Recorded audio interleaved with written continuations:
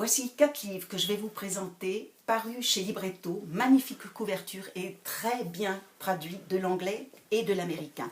Ils ont tous les 4 en commun des situations absolument extrêmes, situées dans des contrées inhospitalières, inconnues, désertiques, que ça soit en pleine nature avec des climats extrêmes ou au fin fond d'une geôle.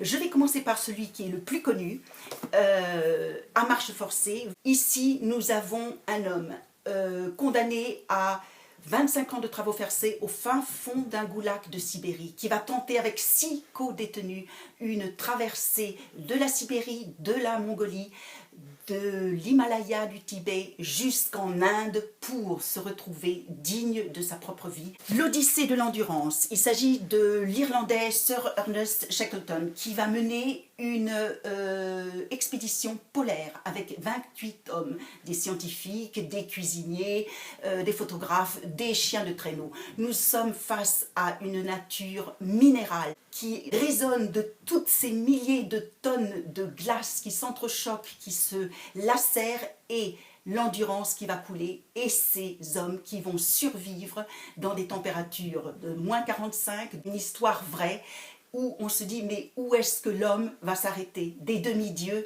des hommes hors normes, avec énormément d'empathie. Ici, nous sommes en pleine taïga, au fin fond, l'extrême est de la Sibérie, face au Japon. Le tigre de la Sibérie, le tigre dit de l'amour, il n'y en a plus que 500, mais il va commencer à dévorer les habitants, qui, depuis la perestroïka, ne peuvent vivre que du gibier et que de ce tigre qui coûte 50 000 $ américains pièce et qui fait vivre de multiples familles. Que faut-il faire? Une enquête menée par Yuri Trouche.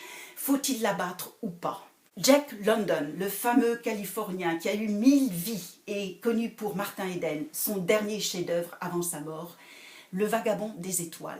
Un homme condamné, un homme éduqué, fin, cultivé et condamné pour un crime passionnel au fin fond d'une prison de Californie. Jack London a connu cette extrême pauvreté de l'être au fin fond de ses cellules. Il a été lui-même emprisonné à San Quentin. Il veut absolument dénoncer les manières dont sont traités les prisonniers. Son héros va s'échapper de son corps, s'éloigner du monde matériel, vagabonder à travers les étoiles et revivre des vies antérieures. Et surtout, il y a dans ce livre une ode à la femme qu'il ne faut pas manquer, une des plus belles de la littérature américaine. Merci et bonne lecture.